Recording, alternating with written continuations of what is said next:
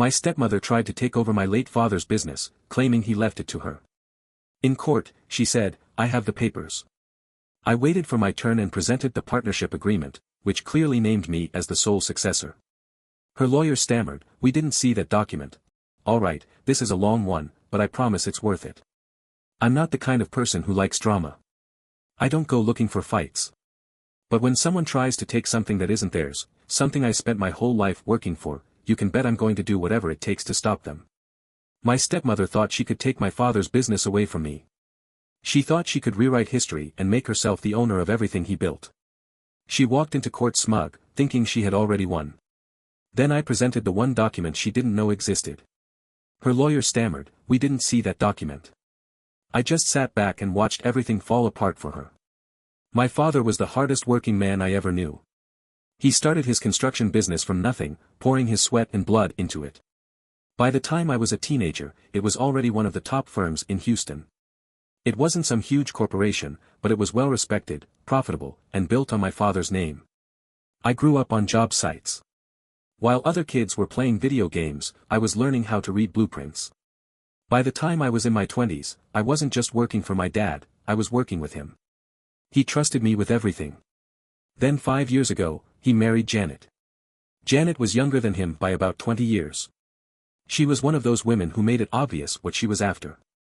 Expensive clothes, flashy jewelry, the kind of person who always needed to be the center of attention. My dad was smart in business, but when it came to her, he was blind. The first time I met her, she acted sweet. But something about her always rubbed me the wrong way. After they got married, she wasted no time spending his money. She talked about making changes to the business, even though she had zero experience in construction. My dad mostly ignored her suggestions, but I could tell she didn't like being left out. Then, out of nowhere, my father had a heart attack. One minute he was fine, the next he was gone.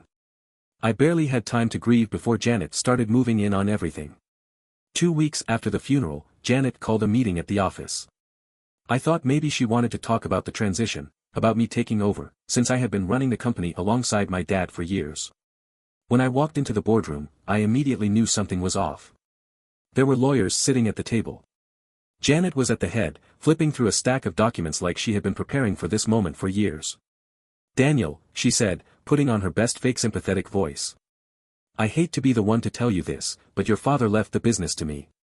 I froze. "What?" She slid a document across the table. It was a will, dated just 6 months before my father's death. According to it, he had left everything to her, his house, his money, and, most importantly, the company. I felt like I had been punched in the gut.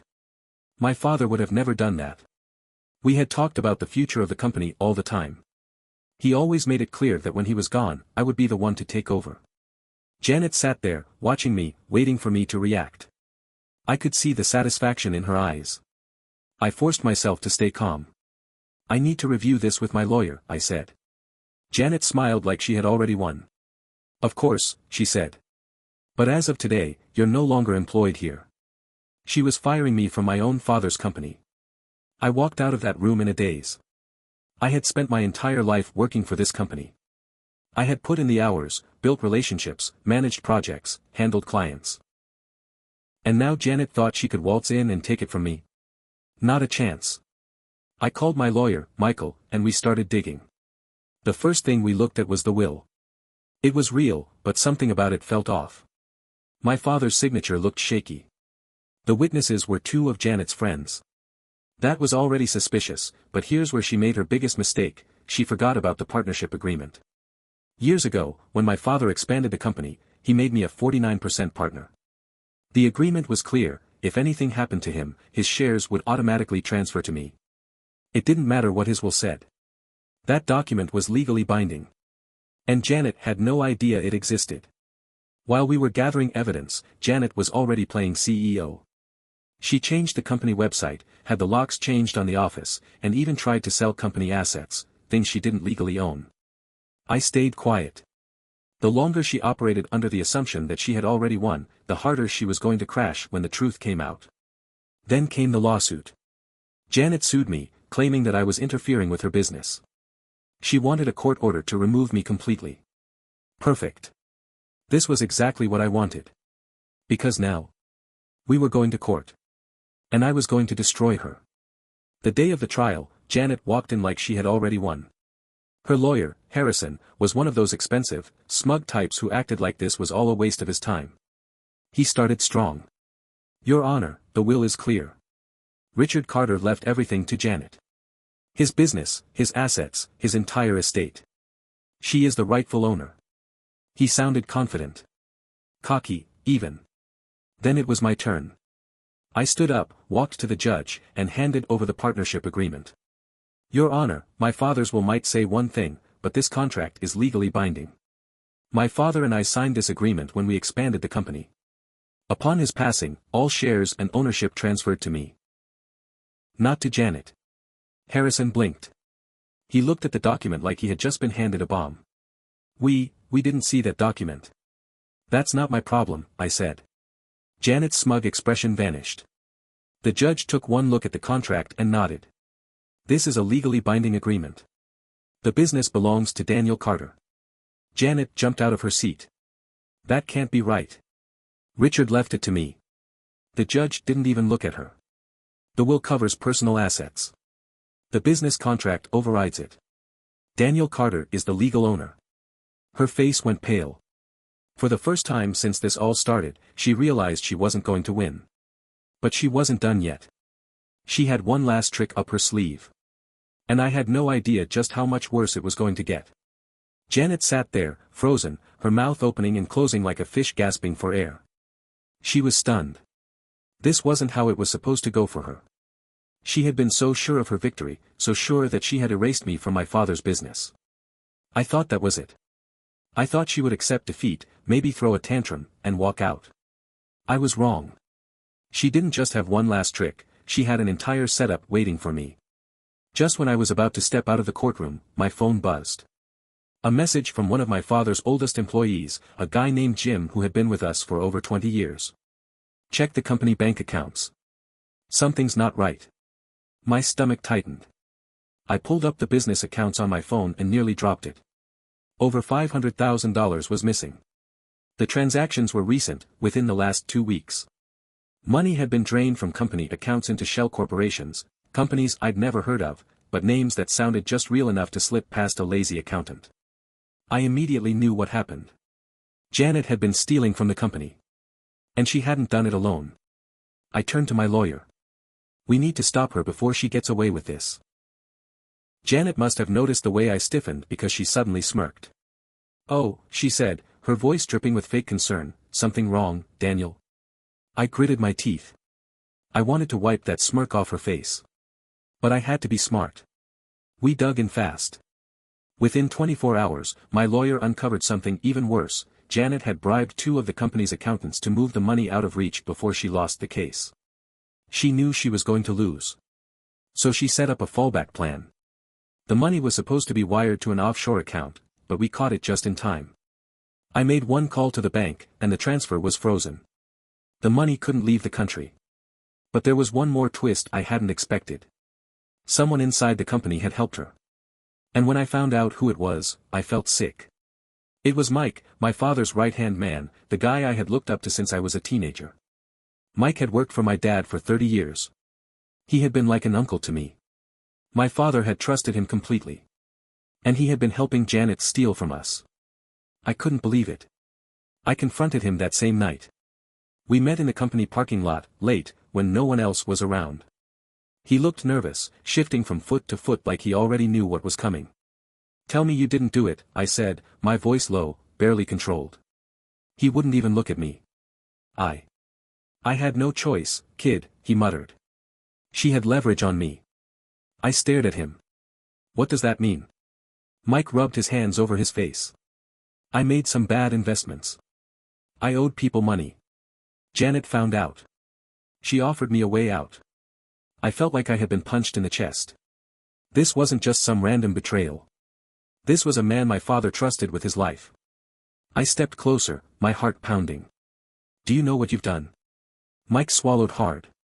I didn't think she'd go this far. I took a slow breath, trying to calm the rage burning in my chest.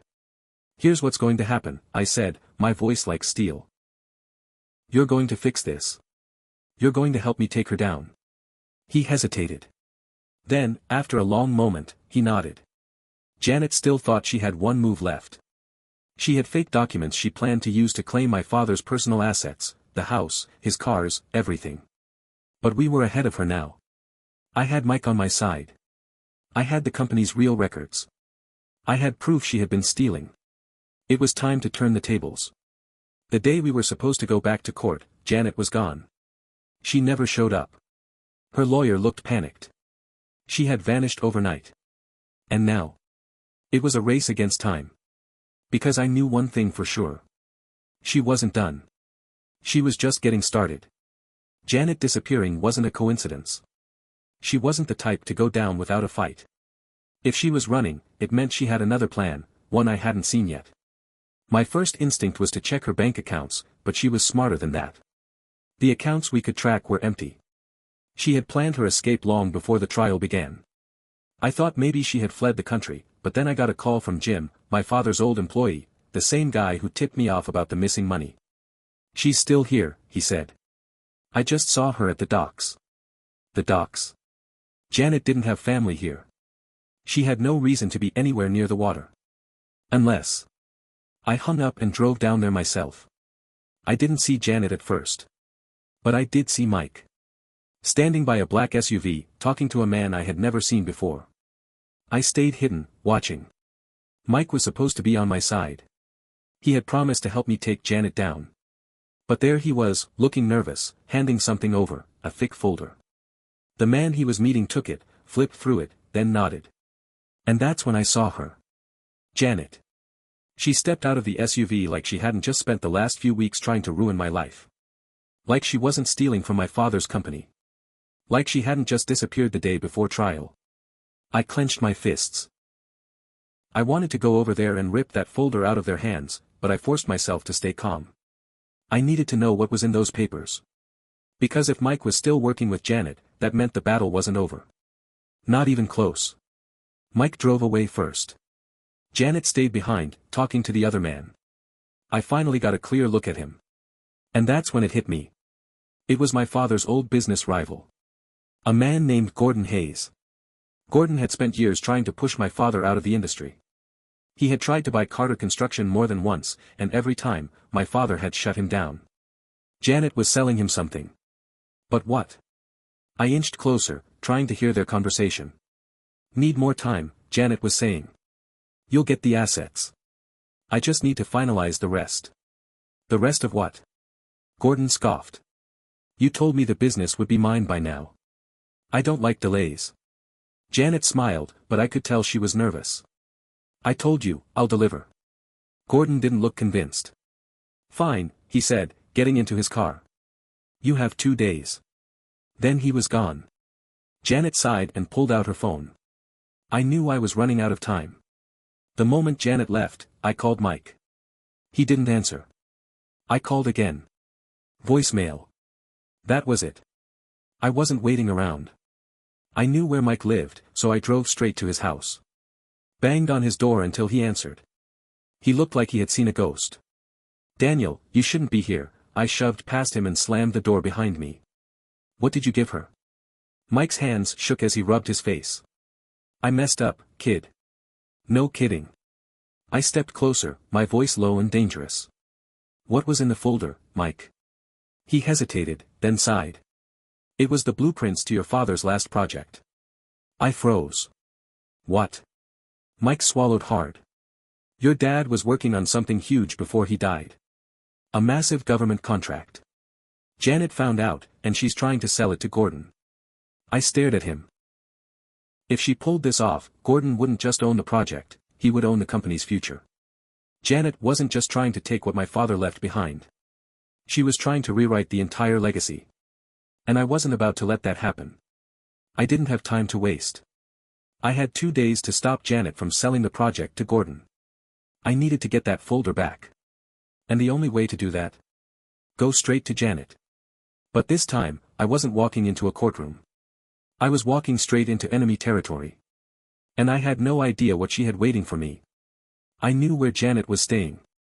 She hadn't left town yet, which meant she still had unfinished business. And if I knew her at all, she wouldn't hand over the project to Gordon until she was sure she could squeeze every last drop of money out of it. I wasn't going to let that happen. So that night, I drove straight to her hotel. I didn't call. I didn't text. I wanted to catch her off guard. When I got to the front desk, I asked for her room number. The receptionist hesitated, probably debating if I looked like the kind of man who was about to commit a crime. I must have looked pissed, because she just gave a nervous nod and let me through. I took the elevator up. My heart was pounding, but my mind was clear. This was it. When I reached her door, I didn't knock. I kicked it open. Janet was sitting at a desk, flipping through documents with a glass of wine in her hand. She jumped, knocking the glass over. It spilled across the table, soaking the papers beneath it. She turned, eyes wide. "Are you insane?" I stepped inside, my voice cold. "Give me the folder." She grabbed the papers, trying to wipe the wine off. "I don't know what you're talking about." I snatched the folder off the desk. Janet lunged for it, but I shoved her back. She stumbled, caught herself against the chair, and glared at me. "You have no idea what you're doing," she spat. I opened the folder. Inside were the blueprints. The full government contract proposal my father had spent his last months perfecting. And attached? A sales contract, to Gordon Hayes. I gritted my teeth. "You were really going to sell my father's last project to his biggest rival?" Janet laughed. That's when I realized she wasn't even trying to lie anymore. "I was going to make millions off this," she said, brushing her hair back. "And now you just kicked in my door for what? To stop me? You think you can just take these papers and it's over?" I clenched my jaw. "Yeah, actually. I do." She smirked. "You really think Gordon's just going to walk away?" "I already took his deposit." My stomach dropped. "How much?" She crossed her arms. 500 grand. I froze. That was the exact amount stolen from my company's accounts. It all clicked in an instant.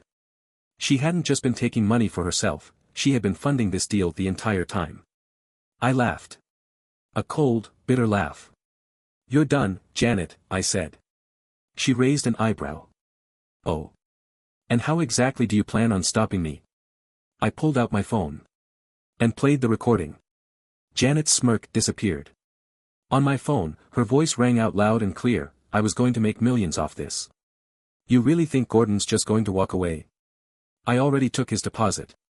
Her face drained of color. I've been recording since I walked in," I said, my voice steady. "I have every word of you admitting to fraud, corporate theft, and bribery." She lunged for the phone. I dodged. "You bastard," she shrieked. "You set me up." I just stared at her. "No, Janet. You set yourself up." She looked desperate now, wild-eyed. "Daniel, listen. We can make a deal." I just shook my head. "No, Janet. We can't." I turned and walked out, dialing my lawyer as I went. By the time I got home, the wheels were already in motion. The FBI got involved. Why? Because the government contract meant Janet had been trying to sell federal project details to a private company. That wasn't just illegal, it was a serious crime. Within 48 hours, Janet was arrested for fraud, embezzlement, and attempted bribery. Mike, my father's old right-hand man, was forced to testify. He cut a deal, avoiding jail time, but he lost everything. Gordon Hayes. He tried to deny involvement, but the paper trail was too strong. He was barred from bidding on any government contracts for life. His company tanked within a year. And me? I took my father's blueprints and built the project myself. We won the contract. Carter Construction is now bigger than ever. Janet thought she could rewrite history. But in the end, she erased herself. And I have no regrets.